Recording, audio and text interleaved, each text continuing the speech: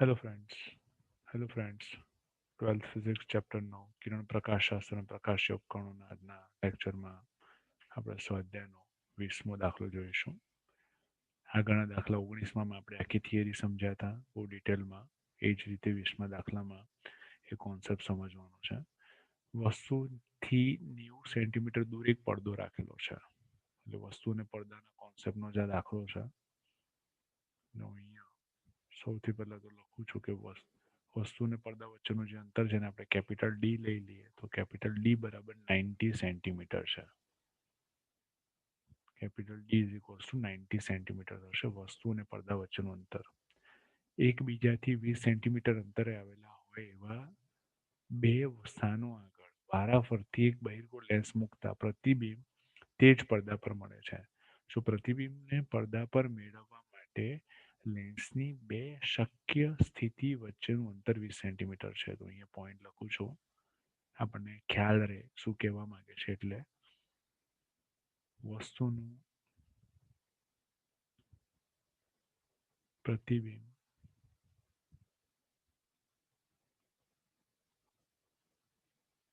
પડદા પર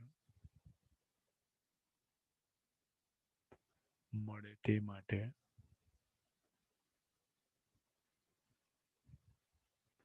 લેન્સની બે શક્ય સ્થિતિ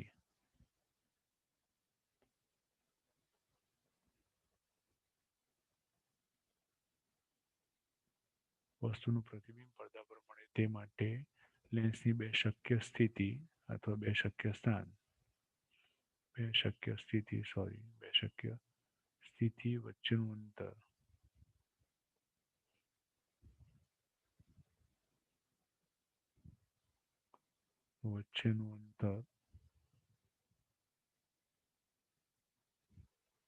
બરાબર 20 સેન્ટીમીટર છે. તો તમે આકૃતિને જુઓ તો ધ્યાનથી કે આ પરિસ્થિતિ આપણને જોવા મળે કે વસ્તુઓ છે પ્રતિબિંબ અહીં પડદા પર મળે છે. વસ્તુ અને પડદા વચ્ચેનું જે ટોટલ અંતર છે એ 90 સેન્ટીમીટર છે. એ આપણને પહેલેથી આપી દીધેલું છે.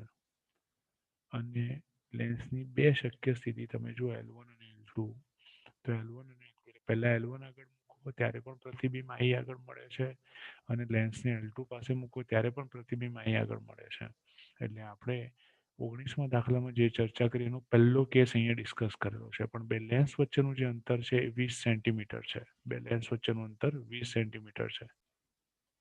સો સ્થિતિ વચ્ચેનું અંતર 20 સેન્ટીમીટર છે. હવે પરિસ્થિતિ શું થશે તો x+x+20 બરાબર 90 સેન્ટીમીટર થાય. આકૃતિ પરથી આપણને ખબર પડે x+20 centimetre plus x is equals to 90 થશે.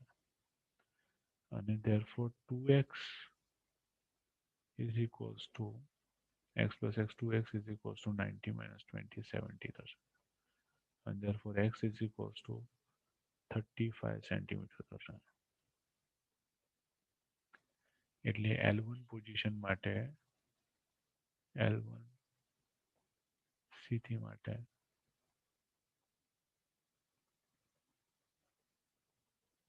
u વસ્તુ અંતર is equals to minus 35 centimetre થશે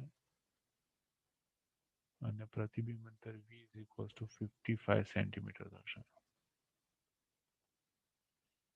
so u minus 35 સેન્ટીમીટર થશે અને v 55 સેન્ટીમીટર થશે. એટલે લેન્સના સૂત્રનો ઉપયોગ કરીએ લેન્સના સૂત્ર પરથી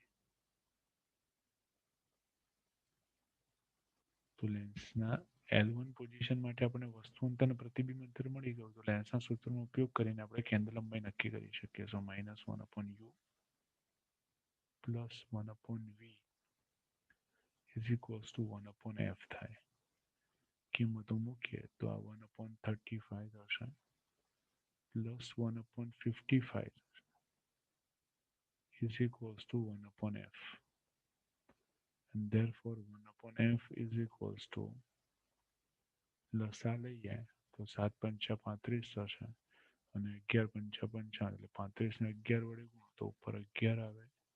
55 ને 7 વડે ગુણો તો ઉપર 7 આવશે અને એ થશે 11 વડે ગુણશો તો 385 વેલ્યુ મળે and that is equals to 18 divided by 385 થશે and therefore f is equals to 385 divided by 18 થાય 385 divided by 18 એ કેન્દ્ર લંબાઈનું મૂલ્ય મળશે so approximately આ મૂલ્ય 21.4 સેન્ટીમીટર થશે 21.4 સેન્ટીમીટર થશે